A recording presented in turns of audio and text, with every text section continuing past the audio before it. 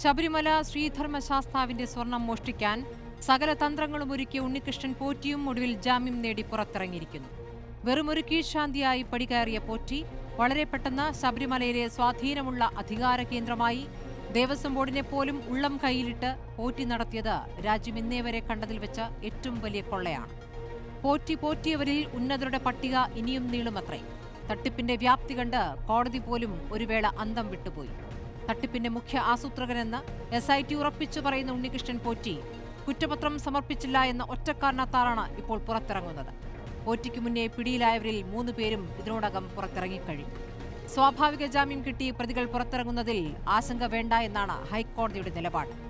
SITയുടെ മുന്നോട്ടുപോക്കിൽ കോടതിക്കും പൂർണ്ണ വിശ്വാസമാണ്. എന്നാൽ SITക്ക് സർക്കാർ കൂട്ടിട്ടു എന്നാവർത്തിക്കുന്ന പ്രതിപക്ഷമാകട്ടെ പ്രതികളുടെ ജാമ്യത്തെ സംശയത്തോടെ കാണുകയാണ്. SITയിൽ വിശ്വാസമർപ്പിച്ച കോടതിയുടെ വാക്കുകളാണ് സർക്കാരിന്റെ പ്രതിരോധം. ഞങ്ങൾ ഭയപ്പെടുന്നത് ഈ പ്രതികൾ പുറത്തുവിടുമ്പോൾ ഇപ്പോൾ തന്നെ വേണ്ട രീതിയിലുള്ള തെളിവുകൾ ശേഖരിച്ചിട്ടില്ല. ഈ പ്രതികൾ പുറത്തിറങ്ങി കഴിയുമ്പോൾ ഈ തെളിവുകൾ മുഴുവൻ നശിപ്പിക്കപ്പെടും. ഒരു സംശയമില്ല.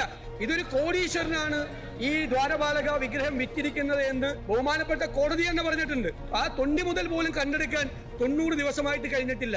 സത്യം മുഖത്ത് വന്നടിക്കുമ്പോൾ അതിനു നേരെ കണ്ണടച്ച് ഇരുട്ടാക്കാൻ ശ്രമിക്കുന്ന പ്രതിപക്ഷ നേതാവ് മനസ്സിലാക്കേണ്ടത്, പ്രതിപക്ഷ നേതാവും പ്രതിപക്ഷവും കണ്ണടച്ചാൽ അവർക്ക് മാത്രമാണ് ഇരുട്ടാവുക, ഈ ലോകത്തിനാകെ ഇരുട്ടാവില്ല എന്നതാണ്. ഒരു അന്വേഷണം കുറ്റമറ്റ നിലയിൽ ഇവിടെ നടക്കുകയാണ്.